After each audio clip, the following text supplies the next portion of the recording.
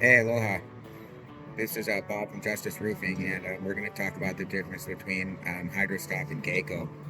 I will be doing a demonstration on the applications of these products, but I'm just going to give you a once over on what's the difference between the two. I've been roofing since 1979. I've tried all kinds of different products. I stick with the ones that are quality and tend to do provide a good roofing surface. Because I don't want to come back, man. I sleep when it rains. Um, so Hydrostop is an elastomeric product. It's a water-based product, where Gaco is a silicone-based product, which you cannot paint. Hydrostop you can. So Hydrostop is a roofing system. You got to distinguish the difference between these two. And Gaco is a roof coating. Now, Hydrostop, let's start with that one. The application is you're going to put a Surebond epoxy primer, which is it's a water base, but it's like water. So it soaks into the wood really good, which gives it really good teeth, so that you get it bonds. Because if you put something thick that's porous on top of something, it doesn't penetrate, and it just peels right off. So the primer is essential. Then you're going to put the Hydrostop foundation, which and laminate it with the Hydrostop cloth, which is kind of like laying up a surfboard, and that is actually your waterproof membrane. Then you're going to put the top coat on it, the top seal, and that is good for pitched areas. But what the problem with Hydrostop is, if it's a dead flat area, being an elastomeric, it tends to, if water sits on it for prolonged amounts of time, it tends to orange peel or start to delaminate and peel. So, I mean, it's good for pitched areas, but not so good for dead flat.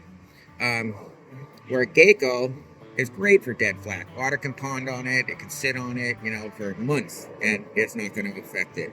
Um, but it's not a waterproof system. It's a coating. Get that straight. So, with that being said, you can integrate the two, but let's step back a second. If I was to put on a brand new torch down roof, I would Gaco over the top of it. Put the bleed block, and then Gaco over the top of it, because a roof wears out when the granulars start to come off and it starts to become porous. That's when, and your membrane starts to wick water in, and then it's time to get a new roof. But if I have a brand new roof and I put Gaco over it, I have a brand new roof underneath that coating system. So it doesn't matter what's going on top. I have something brand new underneath. So when you start to see the coating wear, 10, 20, 30 years, but give another coat. You'll never have to re-roof again, because that underneath will always be new. It will never deteriorate. So with that being said, I integrate the two a lot. Like if I'm going to, let's step back again. If I'm going to laminate a wall, like up against a wall area, I'll use the Hydrostop and the cloth, because it's an elastomeric paint and I can paint it. Because if I go up the wall with the Gaco, it looks like crap because I can't paint over it. If I go 2 or 3 inches up the wall and make it look really nice, it just looks like a big white stripe on the side of the wall. So what I do is I do the Hydrostop with the cloth, and then I'll paint the wall, the top of the wall, with the house paint, and I'll run up to it with the Gaco. That way, you have the waterproof on the flat. Maybe I'll run, half an inch up the wall or something, a little bit, just up past the transition, just so that, wherever water sits, it's not going to sit on the paint itself. That seems to be a really, really good system. It's one of my favorites.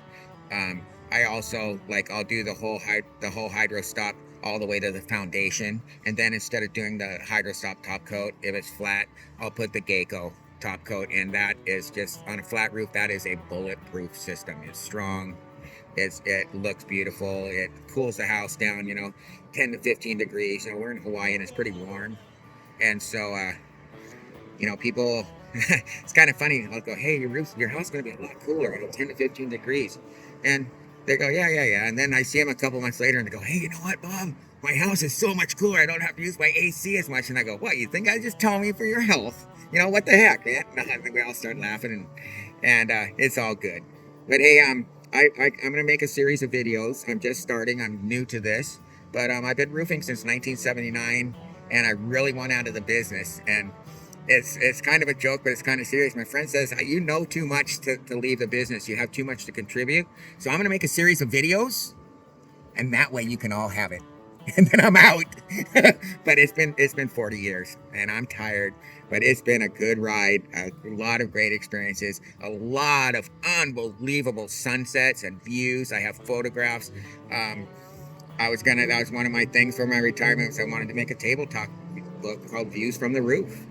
I live in Hawaii. I've been all over, the western part of the United States, roofing houses. It's been, like I said, it's been a good ride. But now we have a new project. We're going to start the North Shore Surfing Museum.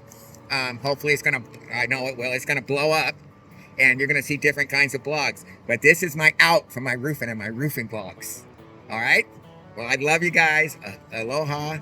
And good roofing, man.